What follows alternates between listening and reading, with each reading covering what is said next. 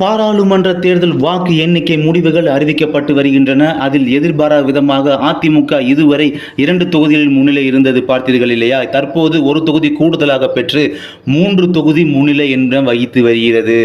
தற்போது திமுகவின் முன்னிலையானது 37, 38 இருந்தது. தற்போது 36 குறைந்து 36 தொகுதிகளில் மட்டும் முன்னிலை வகித்து வருகிறது.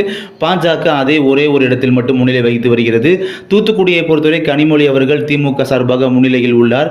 இந்த பக்கம் இந்திய அளவில் பார்த்தோம் என்றால் பாஜக 295 தொகுதிகளில் முன்னிலை வகித்து வருகிறது. அதாவது வெற்றிக்கு தேவை 272 தொகுதி. அதைவிட கூடுதலாக 20 தொகுதிகளுக்கு மேல் முன்னிலை வகித்து வருகிறது. ஒருவேளை பாஜக தான் அடுத்த இந்த முறை ஆட்சியை ஆளப்போகுமோ என்ற ஒரு சந்தேகமும் வெளிப்பட்டு வருகிறது. இருந்தாலும் இந்த முன்னிலை நிலவரமானது 295 என்பது மீண்டும் 285 அல்லது இன்னும் கூடுதலாக 300 வரை கூட தொடரலாம். அதாவது முன்ன பின்ன இந்த முன்னிலையானது போகத்தான் செய்யும். அதனால் இன்னும் 1.5 மணி நேரம் அளவாவது பொறுத்திருக்க வேண்டும், பொறுத்திருந்து பார்க்கலாம். இந்த மாதிரி முடிவுகளை நீங்கள் உடனடியாக தெரிந்து கொள்வதற்கு நம்ம சேனலோடு தொடர்ந்து இணைந்திருங்கள். நன்றி.